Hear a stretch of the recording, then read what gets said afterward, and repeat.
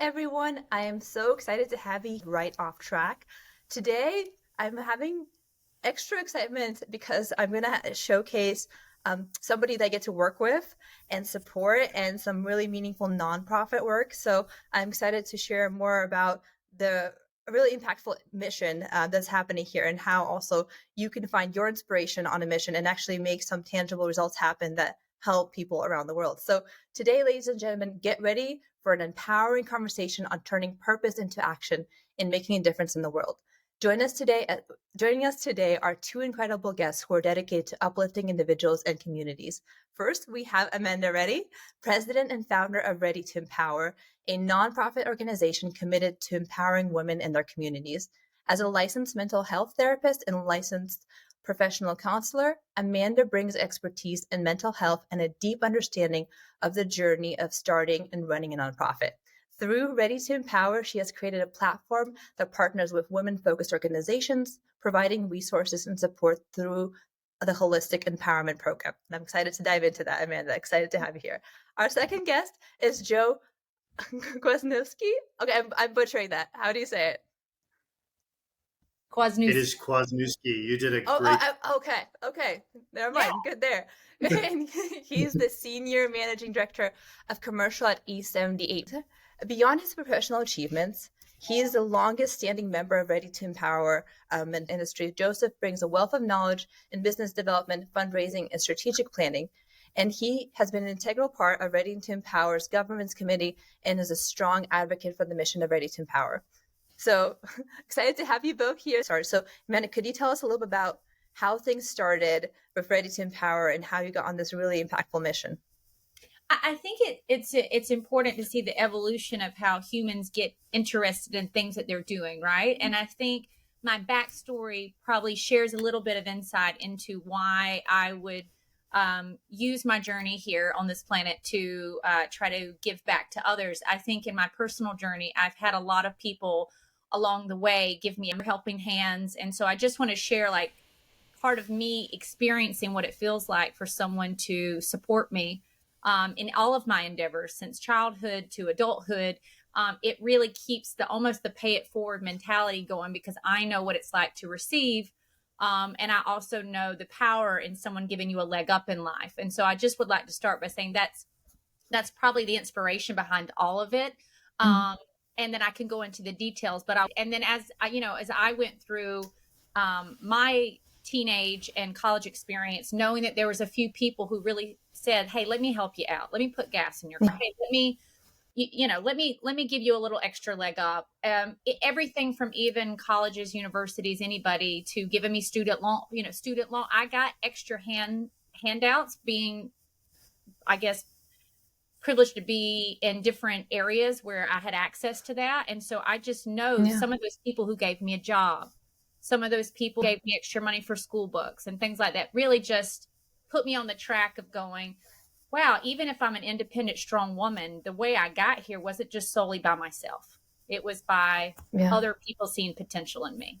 So I say that's the inspiration from the work that's inspired me. And then I'm a mental health professional. And so because I hear, and I've been a social worker for many years prior to that, I've seen a lot of suffering. I've seen a lot of areas where people are in need. And when you're exposed to that on a regular basis, your brain is kind of wired to be looking for solutions, to be able to contribute to the solutions for the change versus just immediately helping with the need, but finding a bigger solution to make a bigger impact. Yeah. And what I hear you say is just your personal life of seeing how there's a relationship, right? And in your part of it where you receive and you also give back and how that can empower everybody, which I think is the theme of Ready to Empower, right? And I love your journey and I'd love to hear like, what is Ready to Empower? For those that don't know, you should check it out, but I'd love to hear from you what it's all about.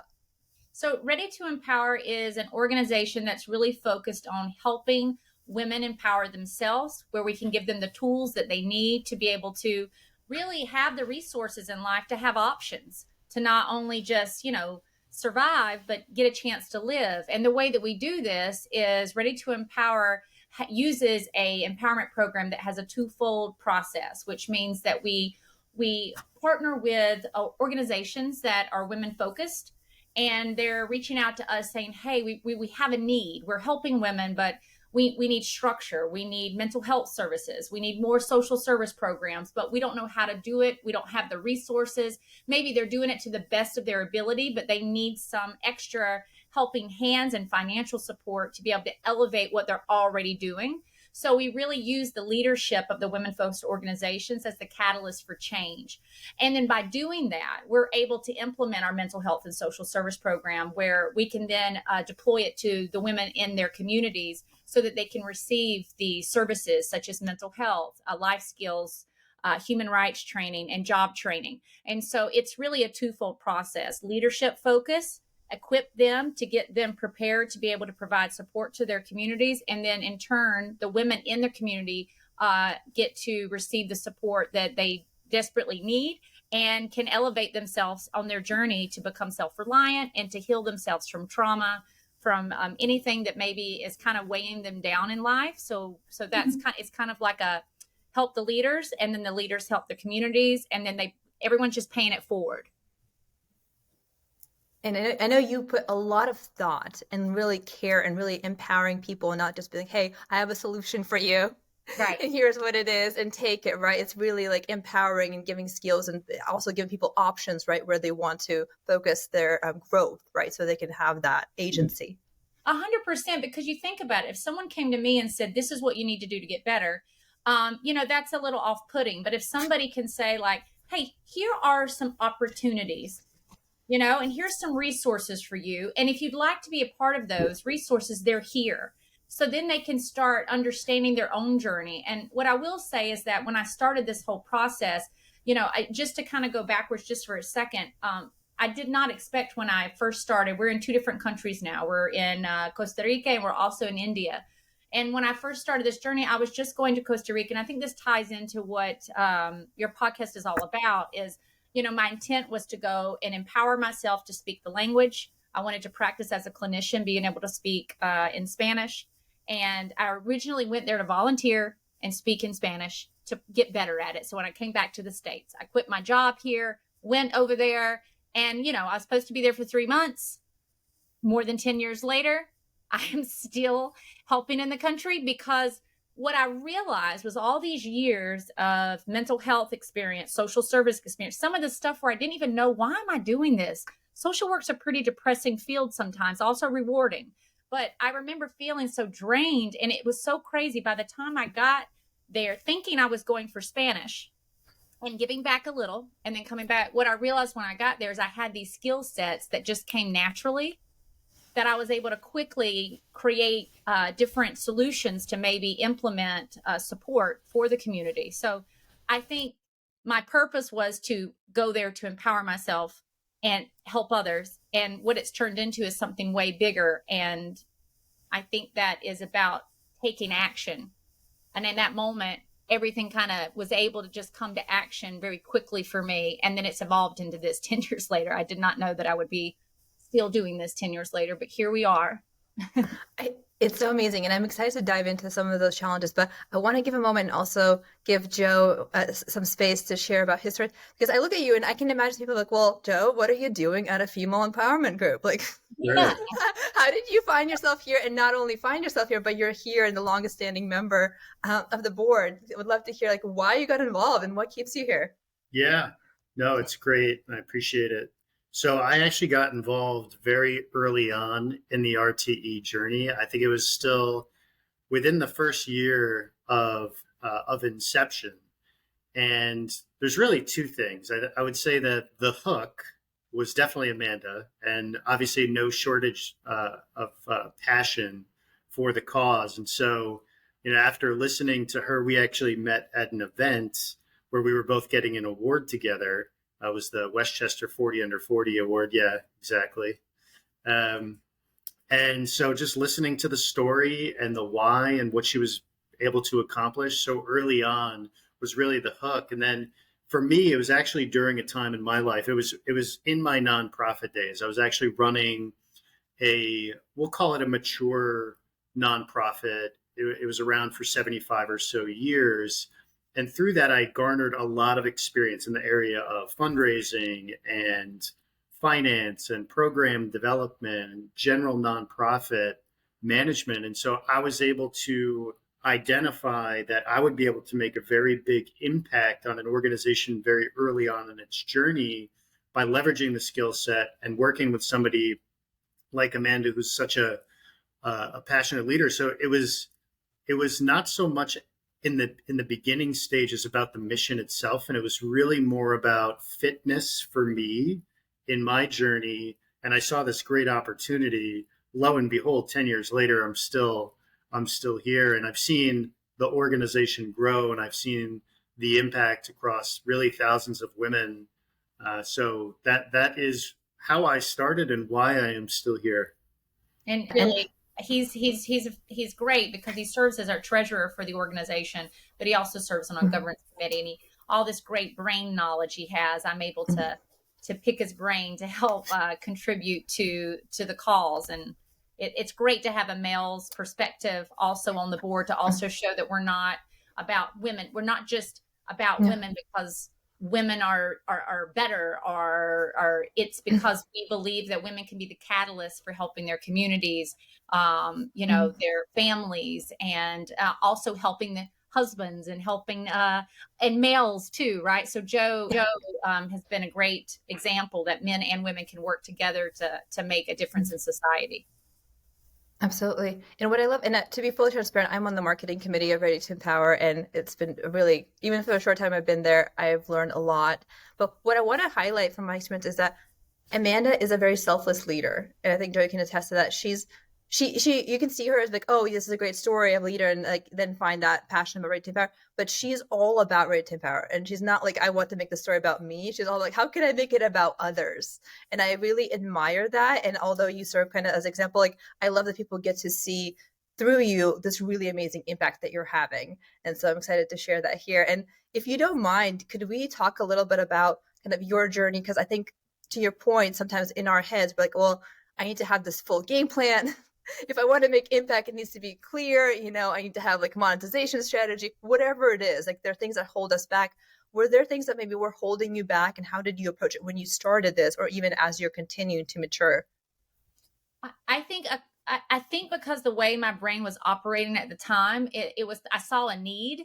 And so I wasn't really thinking this is going to be a long-term thing. But what I would say is someone who has this desire to want to help, there was a couple things I know that prepped me, and I hope I'm answering the question correctly, is like, first of all, I had years of education that at some point, I don't know how other people feel when it feels daunting, where you're just kind of like, well, what am I doing? Like, this is a lot of work, but you don't realize it's prepping you for something bigger, And so I can see how that portion of my life played a role. So when I was ready, no pun intended with Ready to Empower, but when I was ready, those skill sets and things really came into action. And the other thing I would probably say is that the things that kind of maybe, I don't know, I wouldn't even say held me back. It was, I spent many years on my journey, probably since the age of, 16, being in the volunteer world. I found a great peace being around other helpers. Because, it fueled my soul, I guess is what you could say. So it was kind of common for me to operate from a helping mindset. But I will tell you, honestly, from early ages of doing volunteer work, from I'd say the ages of 18, I learned very quickly. And I hate bringing this up because, again, I don't want to make it sound like I'm trying to talk about all the things I've done. I'm just trying to show my mindset is, I think there was a pivotal moment for me, probably around 18, where I was sitting in my room and just constantly asking, I want to do something big. And I would say this all the time to myself and constantly repeat, I want to help people. There's got to be something more. And then one day I just kind of woke up and realized, well, why are you not just going out? Like, there's stuff around you, lady. What are you doing? Just waiting for the door to open? And so from that, I was able to start early on at 18, getting people to do hospital ministry, getting people to do nursing home work, getting people. I started so young, finding purpose in meeting, because I don't know how everybody else feels, but sometimes it gets kind of like, what am I doing? What is this? What am I doing here? And I found a lot of meaning early on in helping others. And so I think it just carried on into my adulthood. And so what I will say, just try to answer that, I just took action. And I wasn't an expert. I am not the person who is a CEO of a big business. I'm not super wealthy where I just have lots of dollars. I don't have a trust fund. It wasn't like I was the best person for the job. The difference between, I think, people who don't do anything and people who do things are just take action. And I think I took action. And what I found was people saw that I was taking action and it inspired them to want to take action. And it was this ripple effect of change. So I'd say there was one hurdle that probably prevents me sometimes, feeling that I'm equipped, is just knowing, like, who am I to be trying to lead a whole team of people to want to make change when there's so many beautiful causes. But what I will say is when you step up to the plate, people take notice. And so that's what I've done, is taken action. And I think that's all I can say is I'm a normal person who just has a big heart for hoping people would do the same for me. And people have on my journey. I love that. I love that.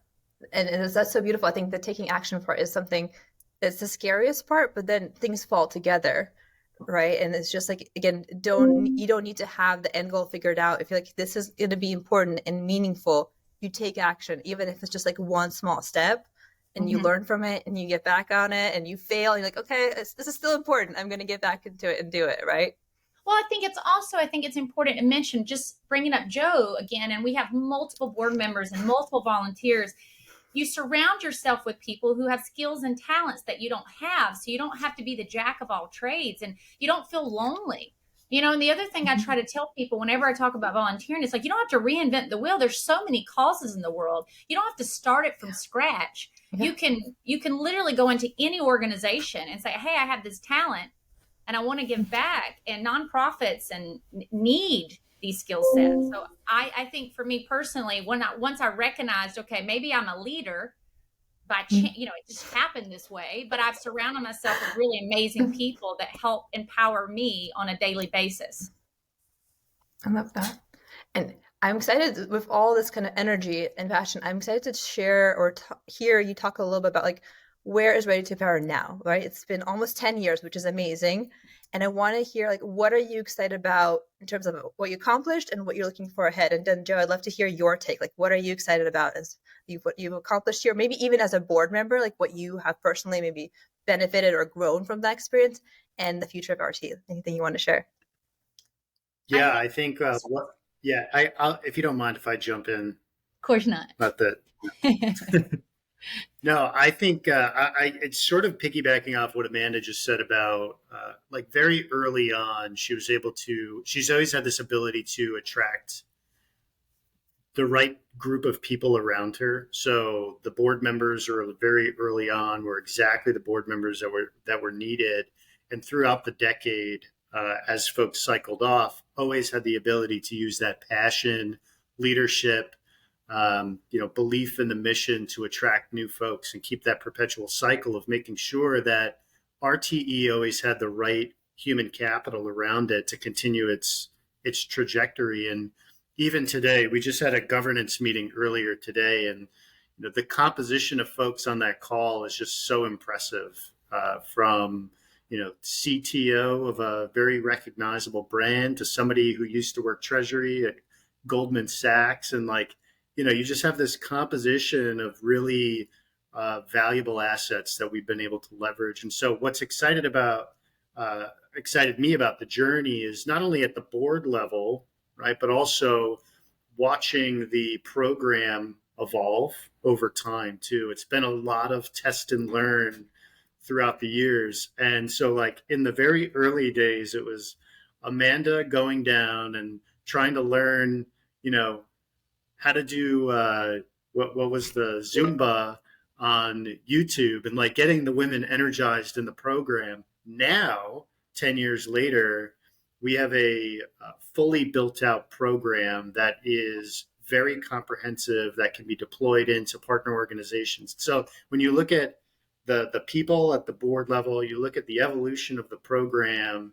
and then the hundreds of women that have been served year over year, and the growth until today, I think that's been really exciting. And now we're at this inflection point where, what does the next 5 years look like? And I think it's fair to assume that it will be serving more women in many more geographies over the next 5 years. And again, with Amanda really at the epicenter of making all of that happen.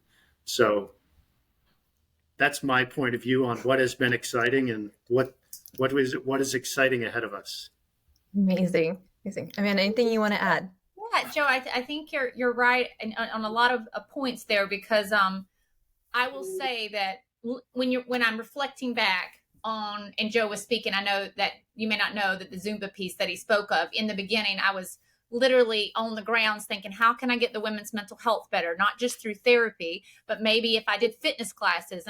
And I'm not a fitness person at all, as far as like coordination wise doing instruction, but he was laughing because I was watching videos at night so that I could go and teach it to the women the next day. And we were all terrible together. I mean, none of us looked great, but what I will say is it was so in the very early stages, it was a lot of what am I doing? But I was just doing the best I can. And it feels really cool to know that it started with me doing individual therapy with women. And then it started with social service programs, and then trying to give jobs where it was all me, kind of not all me, but just like me orchestrating. And then to where we are today, where I can sit back a little bit. We got 3 amazing leaders in the organization called Arbol de Esperanza in Costa Rica that we partner with, that are working full time, implementing the mental health, the social service, the job training. And I'm not deploying those services. They are. And so that's a pretty cool experience to watch the evolution of all that hard work. And everyone told me, what are you doing? Are you crazy? Why are you doing all of this? You could be spending your time and money on so to watch it actually work is a very surreal experience. And then what I will say is, knowing that we've just connected in India now, and we're working with an organization there, that seeing that now we can take the blueprint we've created and that we have enough data to prove the impact. And we've done a great job at collecting data over the past 10 years to be able to now kind of offer this to someone else in a very different culture, very different community of needs.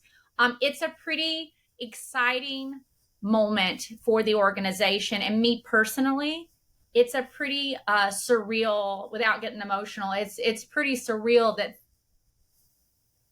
it's working, because I am just like, I am somebody who's a mental health expert, not a leader and not a CEO of something. So I would say the future looks bright, in the sense that I know now I have a team surrounding me who also sees the future as a possibility to grow.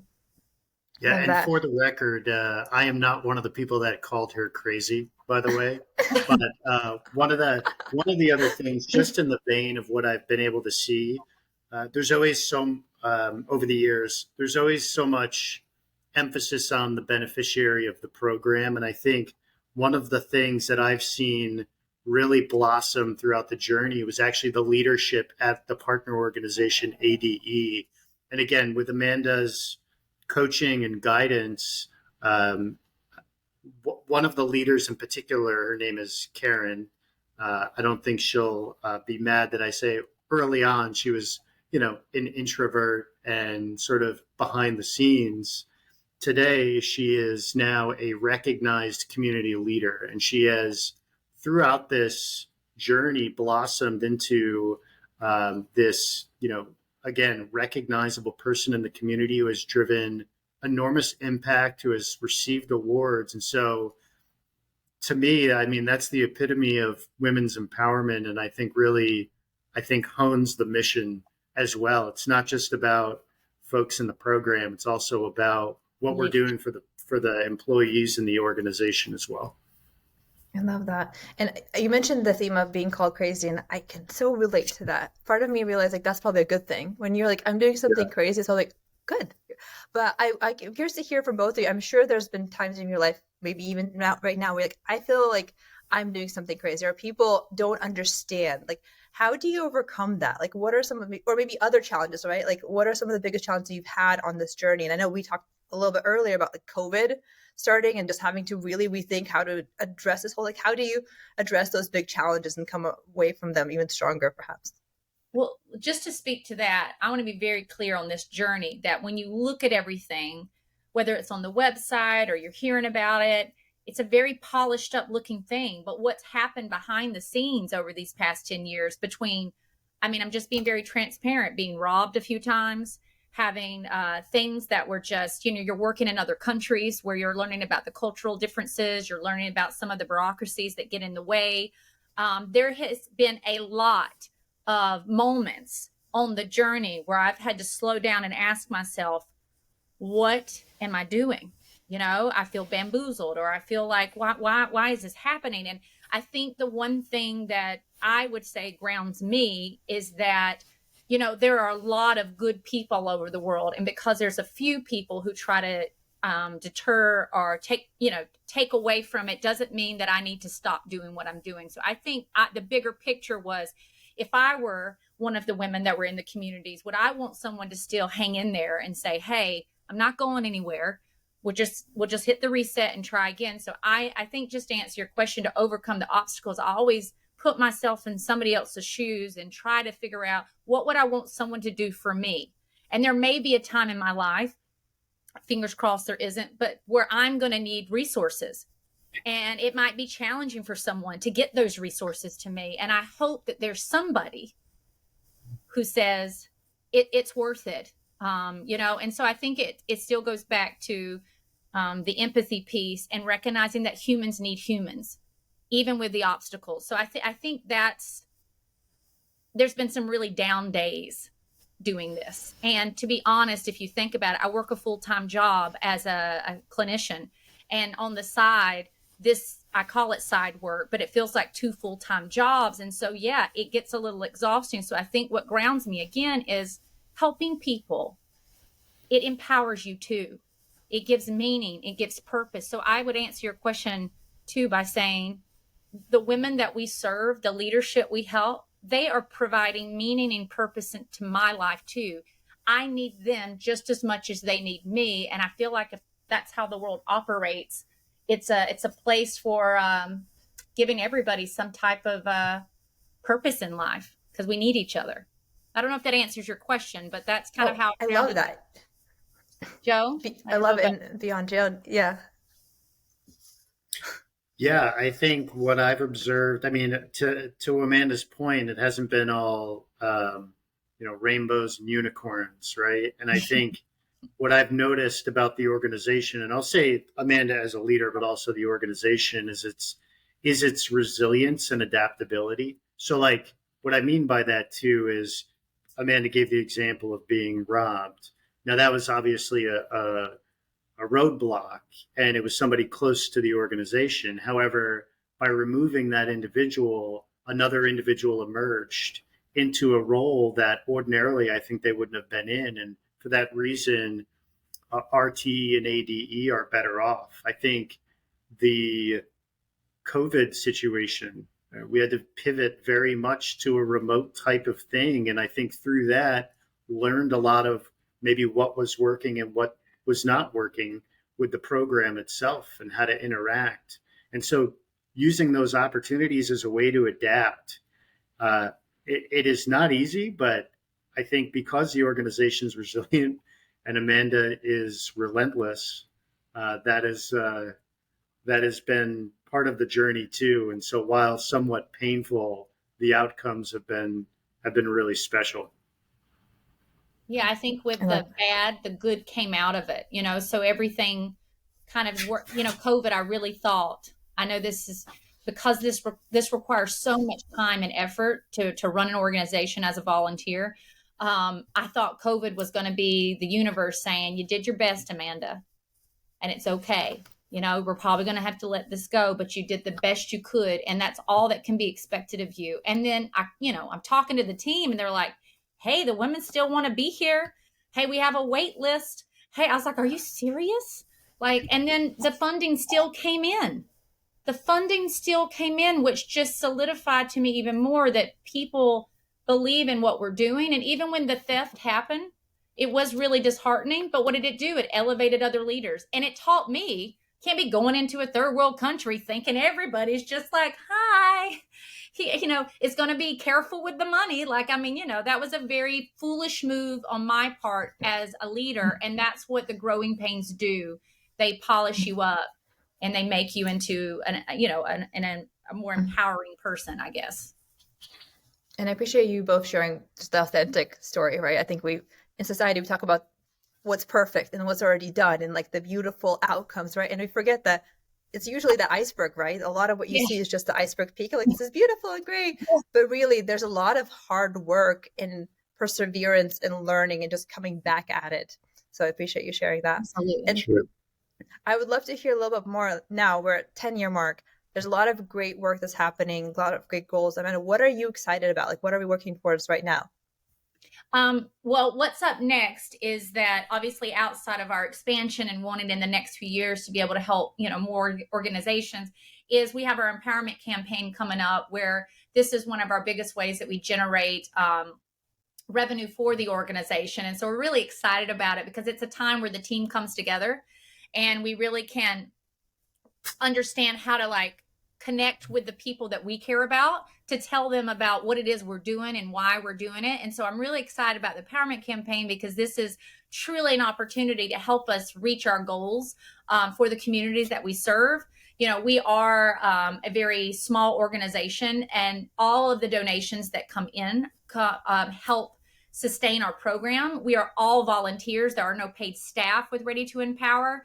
And obviously we're working towards sustainability. So that ties into that. So there are no paid staff, and we've really taken pride off that in the past more than 10 years now. But we also know that we definitely need to look forward to creating a position for the organization for the succession plan, or for sustainability, right? If something happens to me, we need to have a backup plan, because, volunteering 25 hours a week for free, I don't know. I'm looking for that person, but I don't know. So I think the next step is we're getting excited about our empowerment campaign because we know we'll be able to do lots of great things with that revenue we generate. And then the second thing is we're looking forward to hopefully bringing in more helping hands, both as in the future a paid professional, but also just other volunteers to kind of spread the word about, women empowerment and empowering yourself by empowering others.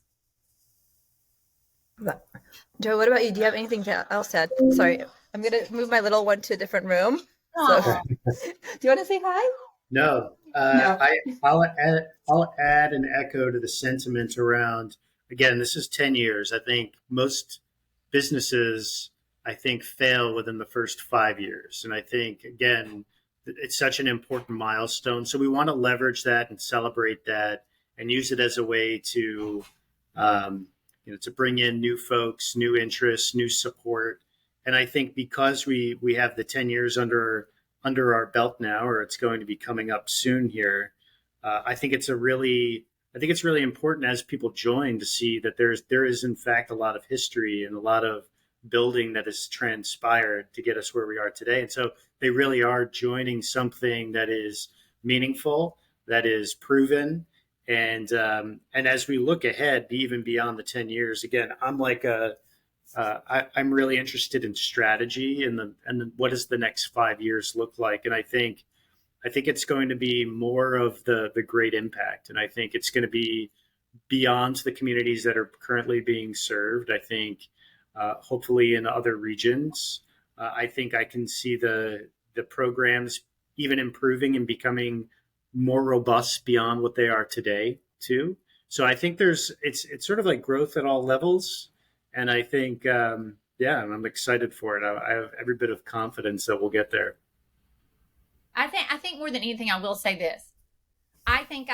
One of the things that I love about this organization and this whole experience is being around really unbelievable helpers. And that makes this journey so less lonely.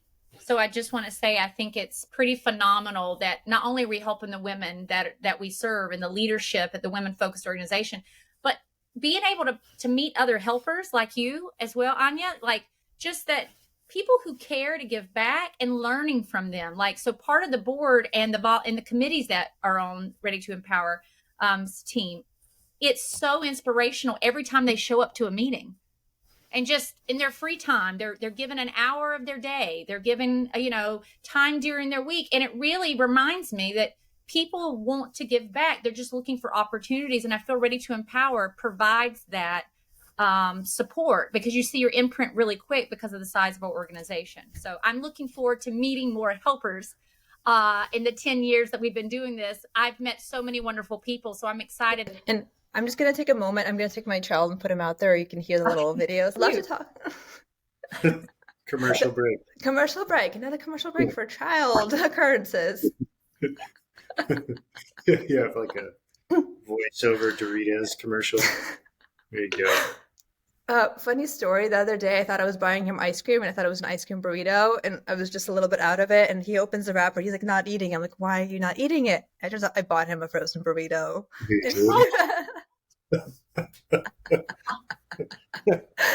So, mompreneur life right here. And I was like, "Well, okay, I guess that's gonna Do not go." edit that part out. Okay. Gotta keep that in. Okay. What I think is interesting. So I've been obviously in Meta for a while, and I've done a little. I really feel good about the work that I've done there. But I think when you're in a corporate world, you're looking to have broader impact, right? And I think a lot of people have this sense like, well, how do I gain experience when I don't have maybe that job or something like that? And what I found is like being part of a board or volunteering, like, that's a great way.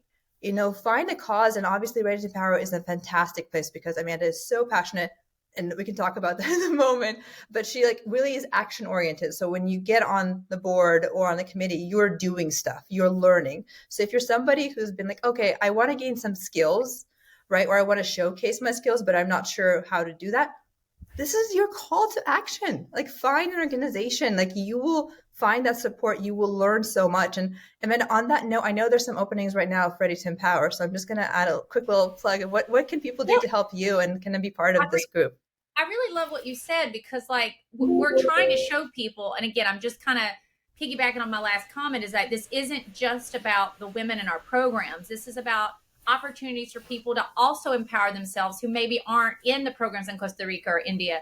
And so some of the options that we have right now is like, we definitely need support on the marketing side, graphic design. And we also just need people who say, hey, I don't really want to be on a committee, but I'm task oriented. I'm a good worker bee. And as long as I know I'm making a difference, I would love to be a part of that. I just had an interview with a volunteer today who's like, hey, it doesn't mean I want to commit for like a 6-month window, but I'd like you to keep me on speed dial. When a project presents itself, please reach out to me. And that is so special too. It's not like you have to have a title board member or committee member to feel valuable. We honor anybody who's willing to have helping hands and has a skill set. And you'd be surprised that even if I just mentioned marketing and graphic design, we have so many different areas of need on the organization regarding fundraising, or just volunteer outreach, or just being able to, if you speak, multiple languages, being able to help when it's time for translating services. And there's just a lot of needs. And so if people are interested, reaching out and then letting me say, here's what we got. Does this seem empowering to you? And if so, let's bring you on and we'll definitely put you to work, because I think that kind of work, whether people realize it or not, even if, how do I say this really quick? When I go speak about volunteering to people, they'll say, well, I don't know what to do. I said, do what you know that you're good at. You don't have to just go to a soup kitchen. You don't have to just help with the clothes donations. If you're good at a skill set, man, you have a ripple effect in the work that you're providing. Does that make sense? So I'm saying whatever it is you're good at, spelling, writing, design, I don't know, being organized. Those are skill sets that we definitely appreciate and need. Absolutely. I think anything you want to add to that in terms of like how to get involved or things that you find impact? Yeah, my point of view on it is that there's plenty to do, right? And I think to Amanda's point, it's about finding whether it be something that you're good at, something you're passionate about, or something you want to learn, because that can be also part of the journey too, is if you're not necessarily a marketer by trade, but you're interested in getting to know how to leverage. Perfect. Exhibit A, Anya. So something you want to learn and get involved in, you can volunteer in that way. So you're giving back and you're getting something back at the same time. So, and that can go for getting out of your comfort zone to go and fundraise, because that's not very comfortable for most people. So there is reciprocity in the sense that you can learn and get something out of it while you're giving back. And I think that's what's probably kept me here for as long as I have as well. Anya, you're a Can I great add to? you're a great example, Anya. Yeah. Yeah, I think what resonated with me with this whole thing is that the bias for action, right? I think a lot of times, like, we want to do something more, and you have this burning feeling, I could be doing something more. But what Yeah. stops us is just like taking that next step. And it's amazing to see what happens if there. And for the board work and committees, I think sometimes we hold ourselves back thinking, well, I'm not good enough. I don't have something to Yeah. offer. It needs to be like, I need to be a VP of something to start being on a board or in a committee. And I wanted people to challenge it, like, you do have something. And for me, people talk about my energy, which I was like, well, that's a soft skill. Who cares about energy, right? But then you get older and you see like how that unique you element really Yes. does make a difference.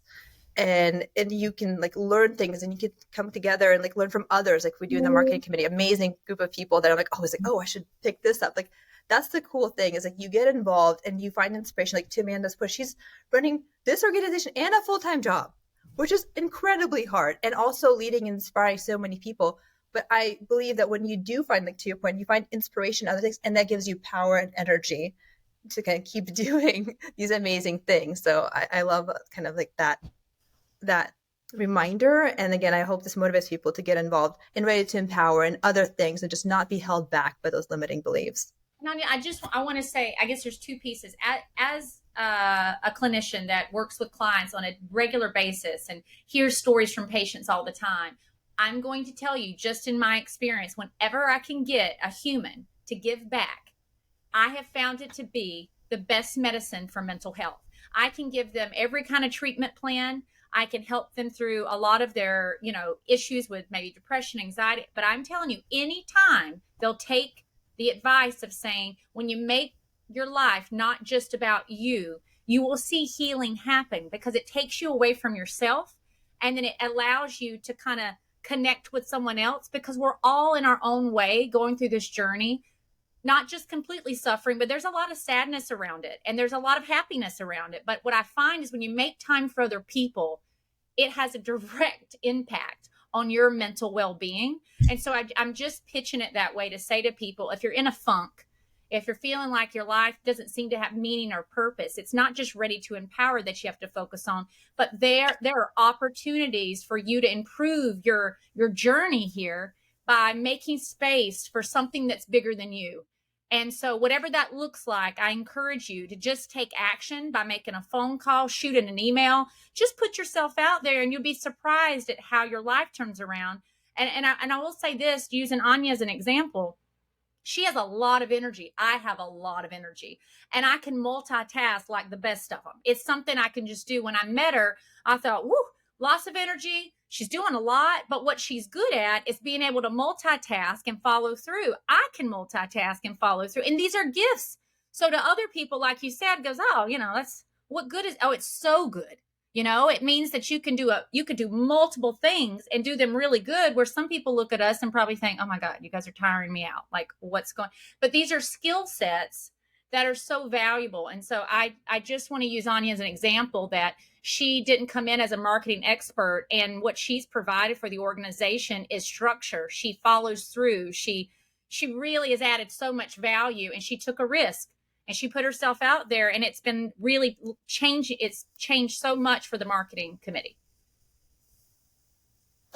Thank you. I appreciate you sharing that. I also want to be mindful of our time, and I want to ask, is there anything we didn't cover that we want to spotlight? Because then I want to summarize some things that you can do practically right now to help Ready to Empower. But before we go there, is there any subject that I forgot to cover, or anything you want to highlight?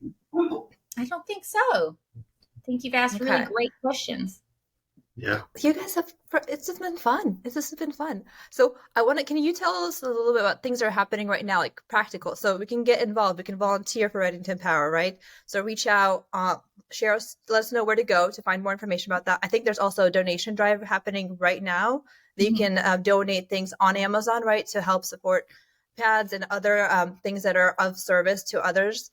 Anything else that's happening? When is the campaign for Ready to Empower starting so people can get involved? Now, like, share a little bit of those things so we can hear about all the ways to get involved.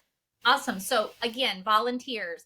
Absolutely. We're looking for people who are not only passionate, but do follow through, right? They want to do good things, and they're people who have the ability and bandwidth, even if it's an hour a month. We're happy to have your help. So volunteers. We're also looking for, obviously, in-kind donations.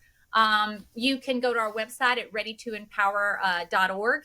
And you'll find our mailing address, but also the email there. It'll go directly to me. And we're always looking for feminine products for the women. One of our biggest shortages that we have sometimes is, here we are providing mental health counseling. We're providing job training, life skill training, and then we can't meet sometimes the basic needs of the women that we serve that we often take for granted. And so we're trying to do a pad collection drive now, to be able to give the women that support while they can feel good about themselves, while they're focused on healing and learning. So that's an opportunity to donate feminine products. And the other one that we have coming up is our empowerment campaign that starts in October. You'll see it on our social media. So if everybody could please like us on social media, it's Ready to Empower. And again, if you have any questions, if you're wanting more information, as soon as you go to our website and click contact, I'm going to get the email. And as soon as I get the email, you can see with my energy, the turnaround time is pretty quick. And so I will definitely get to it. And I'd love to learn more about ways that maybe we could have a shared value on your journey here on this planet, that we could find ways for you to empower others and while also empower yourself. I love it. Joe, anything you want to add? I think she did just a phenomenal job covering everything. Yeah, I completely agree. And if you get involved with Amanda, maybe you'll be texting, you'll see her amazing GIF game. GIF. That also lights me out during the day. Okay, well, again, this has been so awesome. I hope other people learn a lot and also feel empowered to take their journey, whether it be to serve, to start something of their own. And it's amazing. Like, if you start today, imagine what could happen in a year, in 10 years. Like, what kind of community can you build? What impact can you make? Like, again, it just starts with that one day, that decision, even if it's not defined, and taking that action, right? Totally. I think you're nailing it with just saying, do something. Whatever that is, just do something and watch what happens, both for you and the people that you're supporting. Absolutely. Just okay, so we're gonna be ready. I was play on Ready to Empower. Okay. Okay, last thing, we're going to do 3 rapid fire questions. And I'm going to go in, like, first it's going to be Amanda, then it's going to be Joe, and then I'm going to do vice versa. So each one of you gets a turn of being first, okay? And just for context, when I ask about one question, and think about it in a positive context, right? So when you hear that word there, just think about it in the positive light, okay? Ready? So Amanda, you go first. What motivates me the most is? Helpers, other volunteers, and knowing that I'm not alone on this journey of helping people. So I think other people that want to give back motivate me a lot. And then obviously the women that when I see the results of the impact of the hard work. Okay, Joe, you get to cheat. You get to think about it. Yeah, doing something that I like and that I'm passionate about. Okay, Joe, now you're going to start first. Success to me is? Success to me is... We're on Family Feud. This would not be good. I would say actually being happy every day. Okay. That's awesome. Love it. Amanda, you want to go with that one? Success to me means freedom, the ability to be able to do things that give me options in life that I want to do, which is kind of applicable to the organization, is that we provide options to others, because I have found freedom in that myself. Okay, last one. And again, this is in the positive context, okay? And who wants to go first? Anybody want to? Okay. Now let Joe go. Let Joe go. We're not Okay. So in the positive context, going off track is? Healthy. Love it. Amanda? Going off track is? Exciting, and it makes you feel more alive because you're taking risk. And I think when you take risks, cool things come from that journey than staying on the normal the normal track that everybody else is doing. Spices things up a Absolutely. bit. Absolutely. Okay. Well, this was it. I learned so much. Thank you both so much for your time. I hope this gets people involved. Support Ready to Empower. Check out the website. There's opportunities to volunteer, to be an intern. We have social media on Facebook and in LinkedIn. So there's so many ways to get involved and learn and get inspiration for whatever you're doing on your own cause. So thank you both so much. I really enjoyed your time, and I hope people share this. We share what they thought was interesting, what inspired them. Tag us on social media. We'd love to hear about your stories and what inspired you today. Yes. Sounds great. Thanks for having us. This has been awesome. Thanks so much. Thank you. Thank you, everyone. Have a great one. Till next time.